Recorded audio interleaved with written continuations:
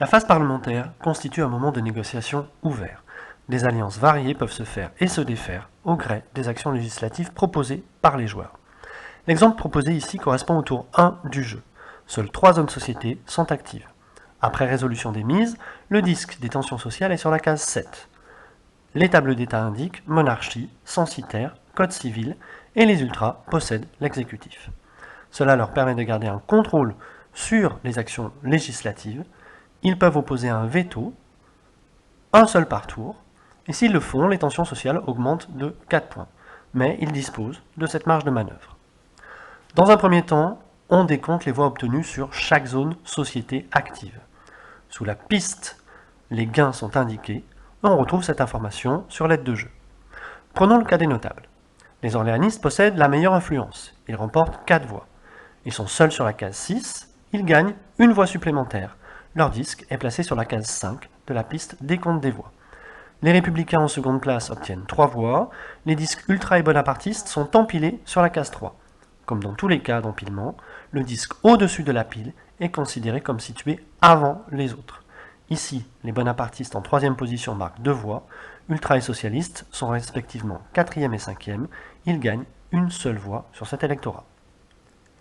Après le décompte des 2 autres zones, les orléanistes ont recueilli les meilleurs suffrages. Avec 7 voix, ils remportent la première place à la Chambre.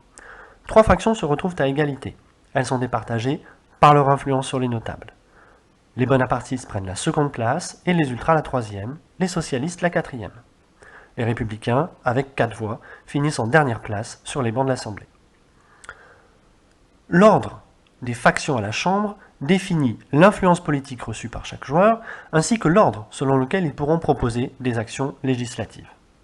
On n'oubliera pas de donner aux 3 factions les mieux placées sur le clergé une influence politique supplémentaire.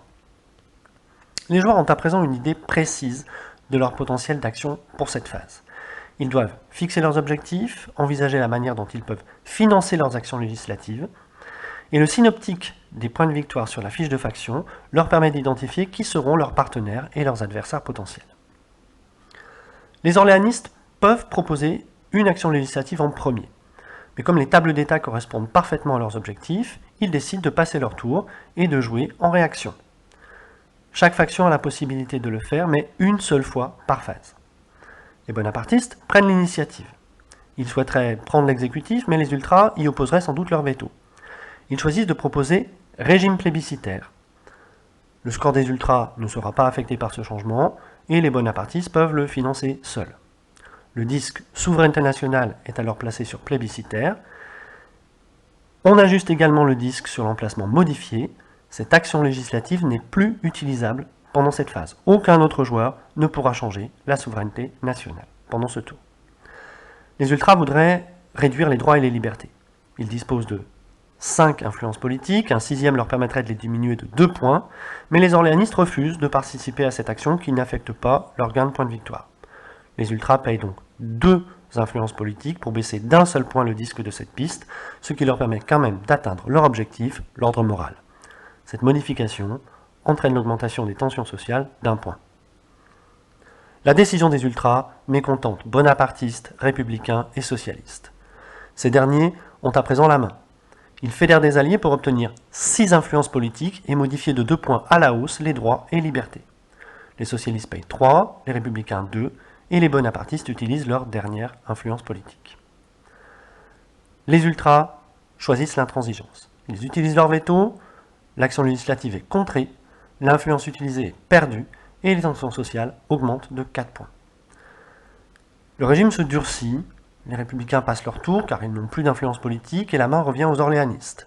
Ils décident de profiter de la situation pour proposer motion de censure. Ils payent 6 influences politiques, les ultras ne peuvent plus s'y opposer, leur pion est remplacé par un orléaniste au gouvernement. Les bonapartistes n'ont plus d'influence, les ultras en dépensent 2 pour gagner un point de victoire. Les orléanistes utilisent leur dernier point d'action pour diminuer les tensions sociales d'1 point. Ce sont eux, à présent, qui doivent maintenir la stabilité du régime. Les ultras ont encore 1 point, mais comme ils ont déjà effectué 2 actions législatives différentes, leur dernier disque est défaussé. La phase prend fin, et on passe au décompte des points de victoire.